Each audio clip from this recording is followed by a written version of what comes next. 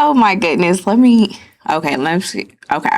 It's been a while since y'all seen me because Miss Ashley Howarder has been holding down the fort. Yes. But as soon as I get done here, Ashley, I got to go into the studio and anchor the 6. Yeah. But for now, with Beyond the Headlines on WMB Plus, this is the time where we take a deeper dive to those stories that you see in our 5 o'clock and 6 o'clock newscast. And so starting off is Ashley, because Bradley University has some new majors. So tell us, what field of study will these majors fall under? Well, Brianna, you are not going to believe this, but it is 2026, so nothing is shocking anymore. You can now get a degree in artificial intelligence. Wow. Oh, Bradley is coming off strong with that. Yep. Okay. They're adding a new data science and artificial intelligence majors to their programming, and it's going to be super cool. They've got a lot of interesting stuff going on, and so many classes. I asked one of the professors who's been working on the curriculum for the AI class, I was like, is there going to be an AI 101? We can see here there's so many ways that AI is incorporated into our everyday life, and so is data science, even though we don't really know. Some people might not know how to code or know that type of programming, but we use it more than we think. Mm-hmm. And so this way, Bradley's saying, let's prepare our students because the modern world of technology is only increasing. These things are only increasing. AI is so popular. We didn't have these kind of resources 10, 15 years ago like we do now. And so they are trying to cater to their students' needs and really set them up for success in the future.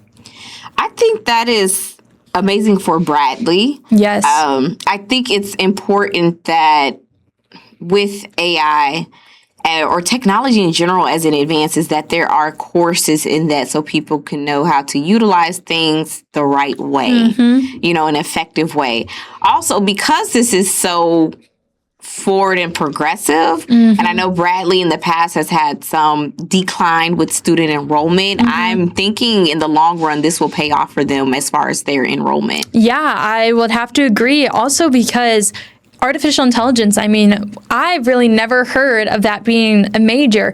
And they told me today when I went to talk to them about, their 2 new majors, they are one of 2 schools in the state of Illinois who offer that. Wow. So there are only 2 schools, and one of them is Bradley, and it's right here in our back door. So, and the other one is the Illinois Institute of Technology, which I feel like that's a given technology, but yeah, so it's going to be super interesting. They're still working out the curriculum, but they just announced these 2 majors, and students can already switch their major if they really want to. Wow, that's amazing. I think this was really, like I said, good for Bradley in the long run. I think it's befitting considering their history with them starting off as like watchmakers. I do not remember the correct terminology, but that just shows in their time what the technology was then. They were on it, and so I'm not surprised at Bradley. Yeah. Kudos to them. Kudos to them. We're going to switch gears here, and we're going to go over to Ohio. We're going to go across the river to Ohio.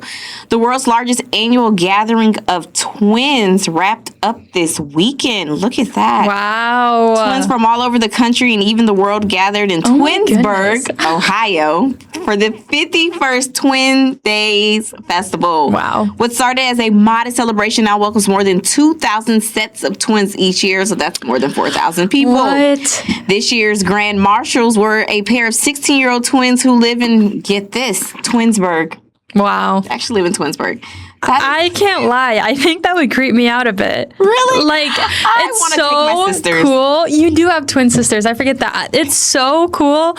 But I would be one of the only people who was just myself there. You know what I mean? Right. I'm not a twin, and I think I would be seeing double, obviously. Don't even dress alike, but I'm going to tell them you have to dress alike there. That would be, if I was a reporter in that area, I would be like, could y'all please let me cover this every year? I would love that. My senior year in high school, our class had about 10 sets of twins. Wow. So our school newspaper, what we did was we did a story on them. I remember it was like a back page. I think it was on the back page of because we had like 10 sets of twins. That's crazy. That is a lot of twins. Just what? for one class, my high school class, we had at least 10 sets of twins. The amount of twins you had in your high school class is the amount of people I had in my high school class. Wow. Your school's that small? It was tiny. It was so small. We were the largest class at the time with 370. Okay. Graduating with us. Whereas had I stayed where I went to high school, where my family is from, it would have been a little smaller. That's like how many people are in the school. But for me, that was how many people were in my class. But I just think that is so amazing. I love a good festival, a very niche festival like that. Obviously, I'd be outsider, but like my sisters, I'd have to boss them around.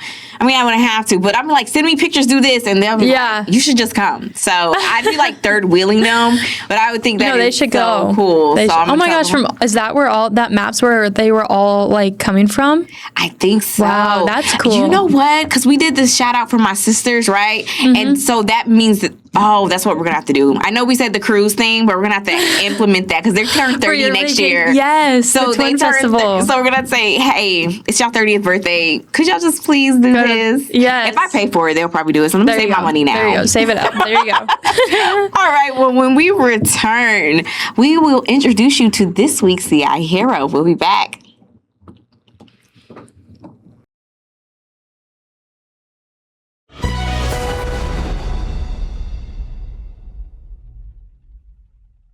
Here we go. Welcome back to Beyond the Headlines on WMBD Plus. Ashley has been doing such a great job covering some of our CI heroes. So let's take a look at this week's CI hero. Hello. As she was making sure the people of Peoria had food on their table. It was all part of her mission as program director of Sophia's Kitchen. Claire Crone gets to show us just what that meant to her. It's a bittersweet day retiring from Sophia's Kitchen. It's been 16 years that I've been here, and it's been a joy to be able to serve the community and make sure that everybody has enough to eat. That's just, part of my heritage is making sure nobody goes away hungry. But after 16 years, Crone brings us back to when it all started. They asked if I would take over, so I did. I ran a tight ship, and I think as people started realizing that, I would always make sure that not only were we taking in the best food, but that we were also making sure that the best food went out to our community. And to the community, it was delivered. The kitchen first started just feeding around 50 people a day. Since then, she can say the numbers have grown significantly. We're feeding 500, 600 people a day, and many days it's going up to 700 people now. So it's been an outpouring of love from our community as they have made sure that we have enough food. After contributing to the well-being of thousands of people, she says even on the bad days, she gets to look back at the journey she had and how it made a difference. There were days that it would be really, really tough. Things were really not going well, not going smoothly. And I would have a donor send a message that was just beautiful. Or there would be, something would arrive in the mail, or somebody would just drop in and tell us how much we had meant to them. Her work meant so much to others, and that's what made it important for her. In Peoria, I'm Ashley Howarder, WMBD News. Check that out. Yeah. I mean, Claire Crone, she was a legendary, I'm going to use that word, legendary resource to the people of Peoria. I mean, she really worked. I mean, Sophia's Kitchen started out, just giving people, these peanut butter sandwich, and she was able to help turn that simple peanut butter sandwich into being able to give people, these full meals.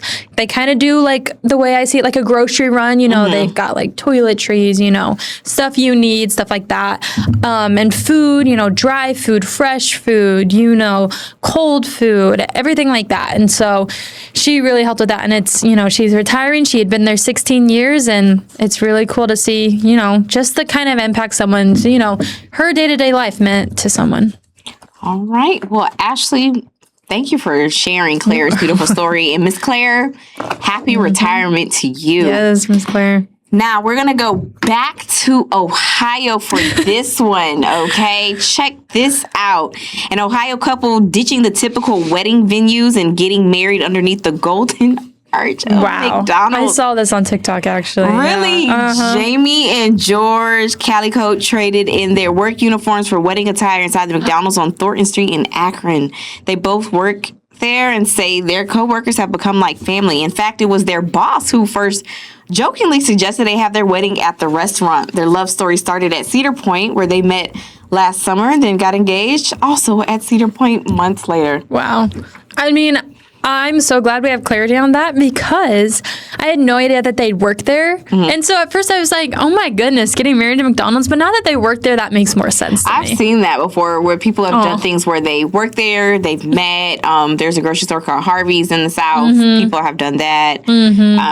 I've seen recently somebody get engaged on the specific aisle of Walmart where they met. See, that's cute. That is like a kinda cute. Walmart engagement. Yeah. But then I was like, okay, like I get it. That's And an it's interesting nice story too. Yeah. that they're, but they, the engagements where people like have your friends with the roses and all that, like they still did it that? up. Wow. It wasn't just like he just, she hit the aisle and all her family and friends were lining it. So I was like, they still kind of gave it that, this Well, is can you imagine being the Walmart worker and then you get the call, you're working customer service, you're like, hey, can I get engaged to my, this is going to happen, Like what? And that was the thing with the Walmart one. They didn't work there. They just met. they just met. Randomly shopping, met each other, Yeah. and boom. That's so cool. And it's nice that their boss allowed this through the joke, and that they actually had a nice setup considering the location. I know, it looks really good. I mean, you already have your colors picked out for you. You already got the food catered. Everything else just kind of comes hand in hand. Yes. That's cool. Okay, so now we stayed in Ohio. Now we're going to stay with some fast food because apparently Wendy's, my God. Oh. Wendy's has lost its place as America's runner-up to McDonald's. Staying with McDonald's, ending a 6-year run as the second largest burger chain, being surpassed by a resurgent Burger Wow. King. Burger King sales are up as its Reclaim to Fame campaign revamped restaurants and upgraded the menu, and McDonald's remains the dominant U.S. burger chain by a wide margin. Wow. They are everywhere.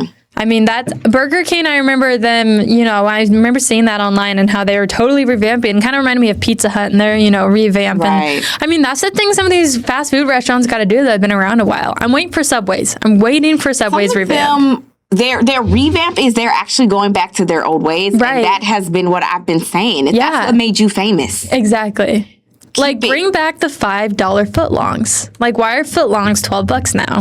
Exactly. Exactly. Fun fact, everyone, one of my first birthday celebrations, let me say that, because we were a military family. So there was one where we were, and then one when we went, okay, you're going to go around all your family and stuff when we went back home. So the one where we were was at Burger King because, again, everybody used to have the the playpens and all that. And you would get the crowns. Yes, Yeah. and I had a t-shirt because most people don't know Burger King had a whole crew of kids. Mm-hmm. And so I had a t-shirt that was too big, just the right fit, and now it's too small. But I believe I still have it in my possession. Well, I there need to you go go. home and You look can't it. you can't get rid of it. You have to keep that. No, and if Burger King wants it to put it in a museum, holler at me. Maybe for the right price. I can't say that, but call me Burger King. If I find this shirt and y'all have a museum somewhere that I need to know about, please call me, all right? Oh, there you go. All right. Well, when we return for our travelers and foodies, we're going to be looking at a restaurant in the St. Louis area. We'll be right back.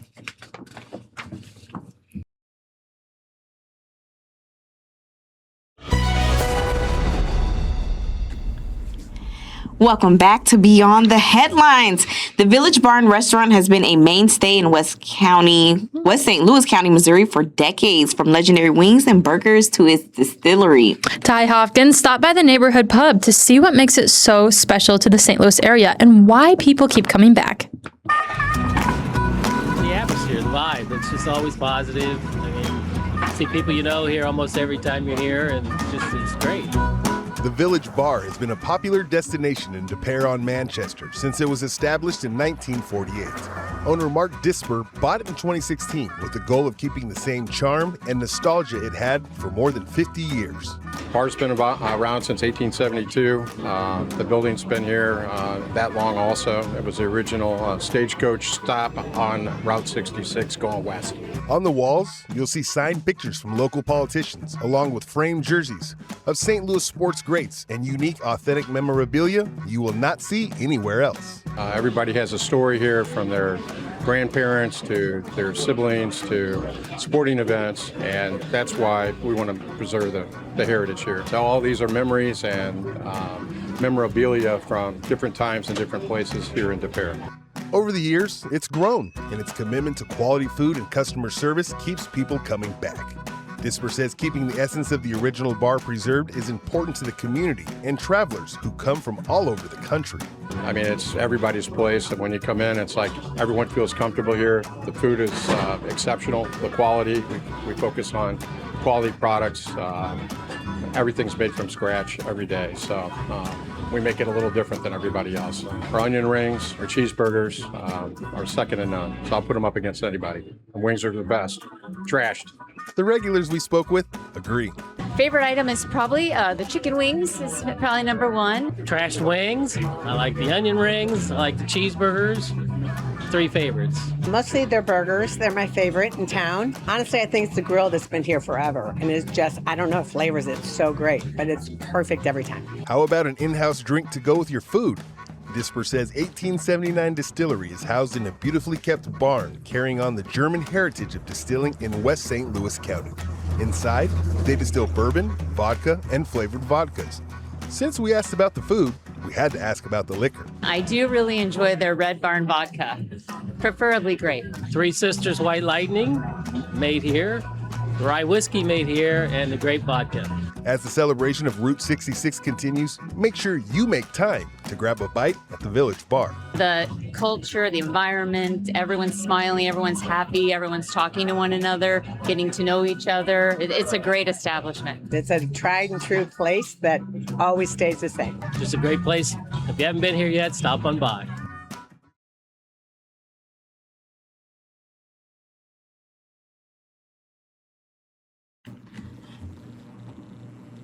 Who loves some good food? I mean, that looks great. I love the long-standing history, the ties to Route 66. Yes. I mean, I also love, Brianna, how every time we end up co-hosting together, it's all about food. It's always about food. That's just great. It is always about food. And I was thinking that when I was doing it, I was like, Ashley's going to be like, man, here goes Another food. I mean, yesterday you tied in the fair food. You weren't able to be here with us, but Christopher and I were like, we got the fair food again. Like, here we go. Yes. Because yes, we had to make some quick changes. And so Mr. Food, everyone, if you catch our 3 p.m. newscast, he is doing fair food all week long.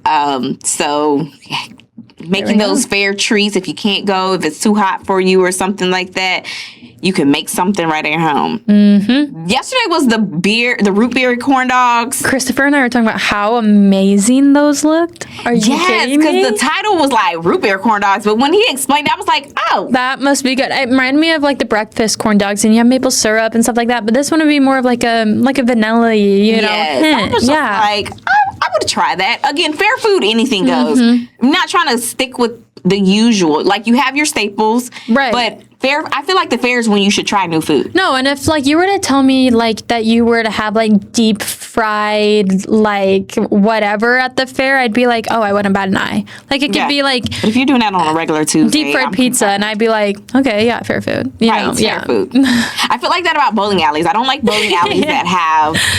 No offense, that have our sub shops in there, because I'm like, I don't go to the bowling alley to eat a sub. Right. Sub. I need a soft pretzel or some nachos or something. Something greasy. Yeah. I go there for grease, okay? Literally. I know what I'm expecting. Everything does not need to be healthy. Everything doesn't need to be junk food. But I need my healthy places and I need my junk food places. And the fair is definitely my junk food place. I'm not going to the fair to get a salad. Because it only comes around a certain time, and that's when you do it. Right. That's when you indulge, you know. So, but that St. Louis pub, I just love it. I love that we're not too far from St. Louis. Right, we're not. Yeah. And then it's tied into Route 66 because travelers and foodies. Like, that is what it's about. That's why I'm Exactly. a road tripper. I know a lot of people like to take the planes, or sometimes I'll go somewhere that, and St. Louis is a big city, Yeah. but there's sometimes I go to places and I'm like, Yeah. let me find what this local restaurant is. Yep. Okay, now real quick before we go, today is National Face Mask Day. And we were just talking, we love self-care. We love a face mask. Love a good face mask. It's also Hip Hop Day for the birth of hip hop. Nice. Shout out to all the hip hop pioneers Yeah. out there. It's afternoon tea week. I love a good hot tea. Me too. I Hot do. tea's good. Love one. And it's also bargain hunting week. I love a bargain. Love a good bargain. Everyone loves a bargain. Yes, we do. Well, you all, that's all the time we have for today because I have to. We both got to go to the We studio. got to get to the 6 yeah. o'clock show, so make sure you turn on your TV to 6 p.m. But thank you for joining us for today's episode of Beyond the Headlines. You can find all of these stories and more on our website, ciproud.com. Bye.